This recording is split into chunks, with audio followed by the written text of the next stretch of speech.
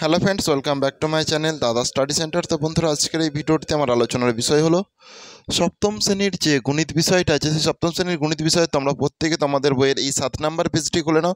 এই 7 নাম্বার পেজে আমি দেখো নিজে করে 1.2-এর এই 9-এর দাগের অঙ্কটা করাবো। তো তোমাদেরকে বলা, তোমরা প্রত্যেকে খুব মন দিয়ে দেখো, আশা করছি প্রত্যেকটা অঙ্কই খুব ইজিলি বুঝতে পারবে, তোমাদের কারো কোথাও কোনো সমস্যা থাকবে না। ওকে, দেখো এখানে যেটা বলেছে যে 20 জন লোক ঠিক করলো 30 দিনে একটি কাজ, একটা বাড়ি সারানোর কাজ সম্পূর্ণ করবে। ওকে, কিন্তু 6 দিন পরে তাদের মধ্যে 8 জন লোক অসুস্থ হয়ে পড়লো। হিসাব করে দেখি কত দিনে তারা বাড়ি সারানোর কাজ সম্পন্ন করবে। তো তোমরা প্রত্যেকে ভালো করে বোর্ডে লক্ষ্য রাখো। এখানে দেখো,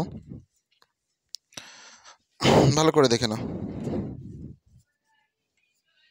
তাহলে লোক দেখো, 20 জন লোক 30 দিনে একটা কাজ সম্পূর্ণ করে বলেছিল, কিন্তু দেখো 6 দিন কাজ হয়ে যাওয়ার পর তাহলে 20 জন লোক তাহলে 24 দিনে যে কাজটা করবে। এবার বলেছে দেখো আরও 8 জন লোক চলে গেল, তাহলে 20 জন থেকে 8 জন লোককে বাদ দিয়ে দিলাম, তাহলে 12 জন লোক কত দিনে এই কাজটা সম্পন্ন করবে। তাহলে আগের থেকে লোক কি কমে গেছে, তাহলে দিন কি বাড়বে, তো বেশি সময় লাগবে। তো লোক কমে গেছে মানে বেশি সময় লাগবে। ব্যস্ত সম্পর্ক। দেখো লোক সংখ্যা কমলে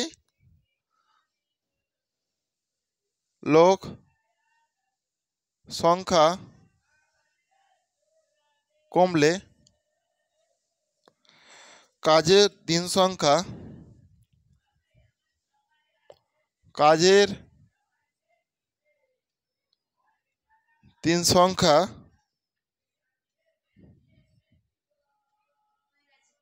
বাড়বে।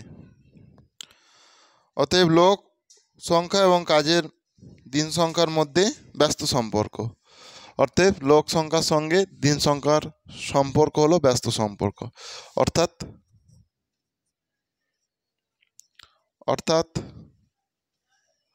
লোক সংখ্যার সঙ্গে দিন সংখ্যার সম্পর্ক হলো ব্যস্ত সম্পর্ক। ওকে, তাহলে ভালো করে দেখো, 20 জন লোক বাকি কাজ করে 24 দিনে।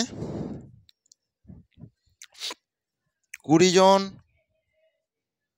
লোক বাকি কাজ করে সমান 24 দিনে। এবার 20 জন লোকের জায়গায় যদি আমি 1 জন লোক করে দিই, 20 জন লোকের জায়গায় কিনা 1 জন লোক করে দিই, তাহলে দেখো 1 জন লোক বাকি কাজ করে সমান 24 গুণিতক 20 দিনে। অতএব 12 জন লোক বাকি কাজ করে সমান 24 গুণিতক 20/12 দিনে।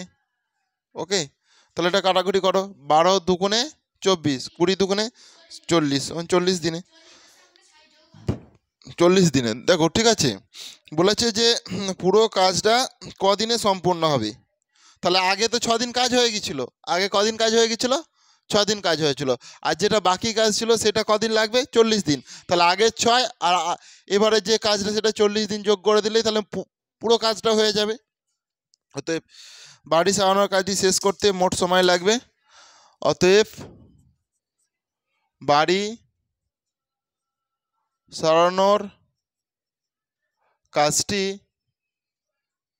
শেষ করতে মোট সময় লাগবে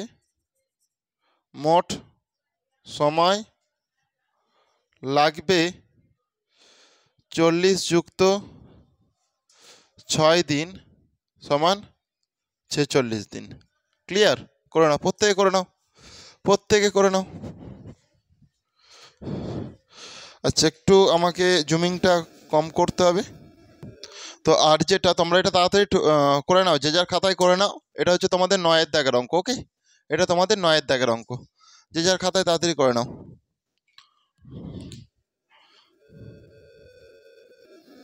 তো বন্ধুরা, এরপর তোমরা প্রত্যেকে 10-এর দাগের অঙ্কটা ভালো করে মন দিয়ে দেখো। এখানে বলেছে 25 জন কৃষক 12 দিনে 15 বিঘা জমি চাষ করেন, তাহলে 30 জন কৃষক 16 দিনে কত বিঘা জমি চাষ করবে হিসাব করি। ওকে, এটাই প্রশ্ন।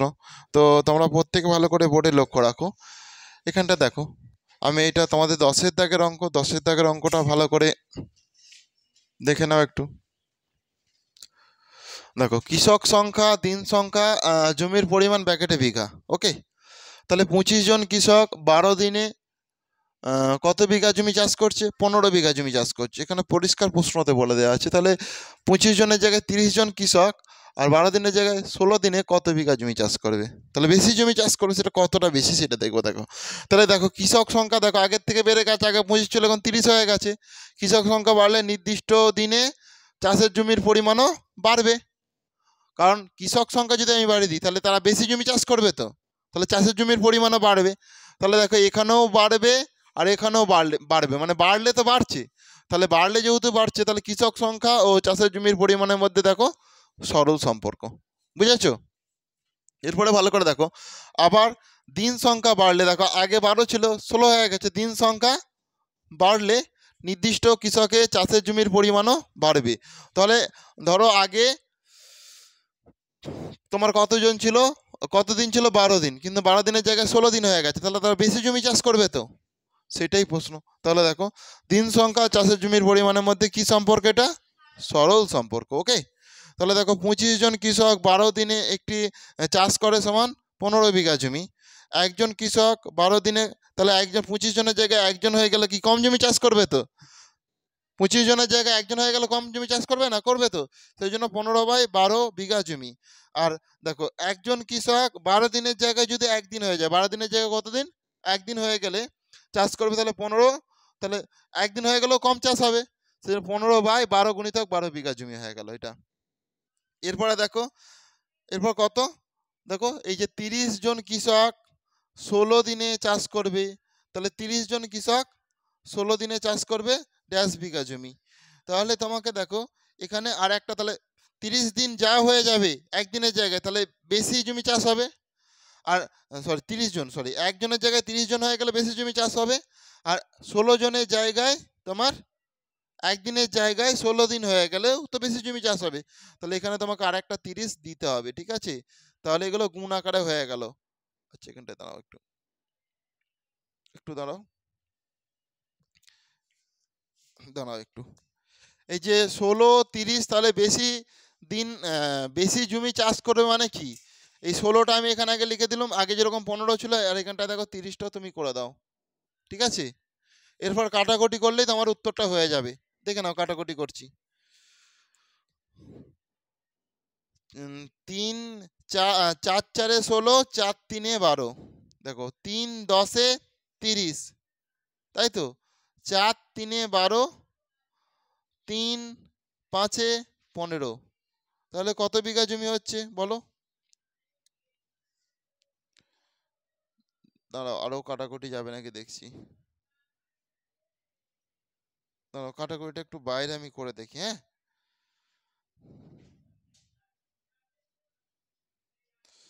15 বিঘা, 15 গুণিতক 30 গুণিতক 16/12 গুণিতক, আচ্ছা আচ্ছা আচ্ছা, দাঁড়াও, সরি এটা 12 কেন হবে? দাঁড়াও, একটু ভুল হয়েছে। কত বিঘা জমি ছিল?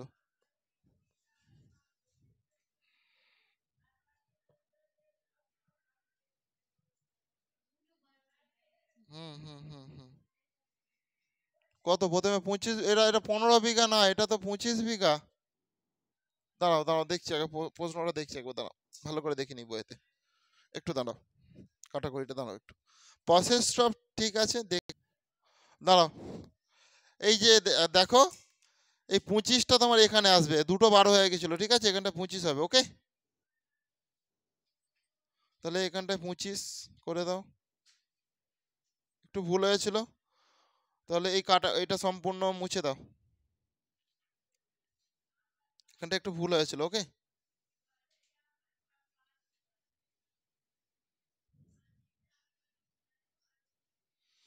তাহলে 15 গুণিতক তোমার এখানে 16 গুণিতক 30/25 গুণিতক 12। ওকে,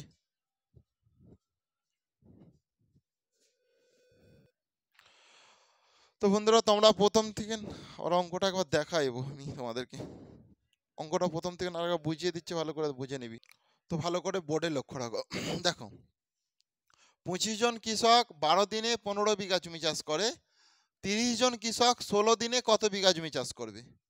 তাহলে দেখো কৃষক সংখ্যা দেখো আগে 25 ছিল, এখন কত হয়ে গেছে? 30 হয়েছে, তাহলে বেড়েছে। তাহলে কৃষক সংখ্যা কি করবো আমি এখানটা, বাড়লে নির্দিষ্ট দিনে চাষের জমির পরিমাণও কিনা বাড়বে। কৃষক যা বাড়ি দেবো তারা বেশি চাষ করবে, তো তাহলে চাষের জমির পরিমাণও বাড়বে। তাহলে বাড়লে বাড়বে মানে কি সম্পর্ক? কৃষকের সংখ্যার সঙ্গে জমির পরিমাণে সরল সম্পর্ক। বুঝেছো? তাহলে এই কৃষকের সঙ্গে জমির পরিমাণটা করলাম, তাহলে কৃষকের কাজটা মিটে গেল। এরপর দিন পড়ে আছে, এরপর দিনের সঙ্গে করব। দেখো আবার দিন সংখ্যা বাড়লে নির্দিষ্ট কৃষকের চাষের জমির পরিমাণও বাড়বে। মানে আমি যা দিন বাড়িয়ে দিচ্ছি, আগে 12 ছিল, এখন সেই জায়গায় 16 হয়ে গেছে, মানে দিনটা বেড়ে গেছে। তাহলে তারা তো বেশি চাষ করবে এমনিতে জমিতে, সেই জন্য তারা বেশি পরিমাণে চাষও করবে। দেখো এরপরে দেখো দিন সংখ্যা ও চাষের জমির পরিমাণের মধ্যে কি সম্পর্ক? তাহলে এটাও বাড়লে এটাও বাড়বে, তাহলে সরল সম্পর্ক। তাহলে এটা সরল সম্পর্ক তোমার। ওকে, তাহলে দেখো 25 জন কৃষক 12 দিনে, কত দিনে? 25 জন কৃষক 12 দিনে চাষ করে কত বিঘা জমি? 15 বিঘা জমি। তাহলে দেখো 25 জনের জায়গায় একজন কৃষক 12 দিনে চাষ করবে, তাহলে 15/25 বিঘা জমি। তাহলে দেখো একজন কৃষক 12 দিনের জায়গায় একদিনে চাষ করবে, তাহলে 15/25 গুণিতক 12 বিঘা জমি।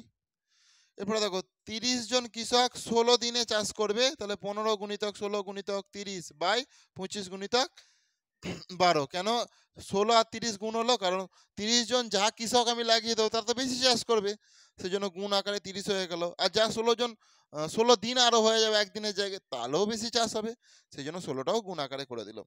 এরপর কাটাকুটি করো। দেখো 5 5 25, 5 3 15, 3 4 12, 4 4 16। আচ্ছা 5 6 30, 4 6 24। তাহলে 24 বের হচ্ছে কাটাকুটি করলে এটা, তাহলে এখানটা লিখে দাও 24। তাহলে 30 জন কৃষক 16 দিনে 24 বিঘা জমি চাষ করবে। ওকে, বা করে। তো বন্ধুরা আজকের ক্লাসটা তাহলে আমি এখানেই শেষ করলাম। আর ক্লাসটি তোমাদের কেমন লাগলো তোমরা তা প্রত্যেকে কমেন্টে জানিও। আর ক্লাসটি যদি তোমাদের প্রকৃত ভালো লেগে থাকে তাহলে অবশ্যই তোমরা বেশি বেশি পরিমাণে একটু বন্ধু বান্ধবদের মধ্যে শেয়ার করে দিও। তো থ্যাংক ইউ বন্ধুরা, প্রত্যেকে ভালো থেকো। নেক্সট ক্লাস আবার দেখা হচ্ছে। ওকে।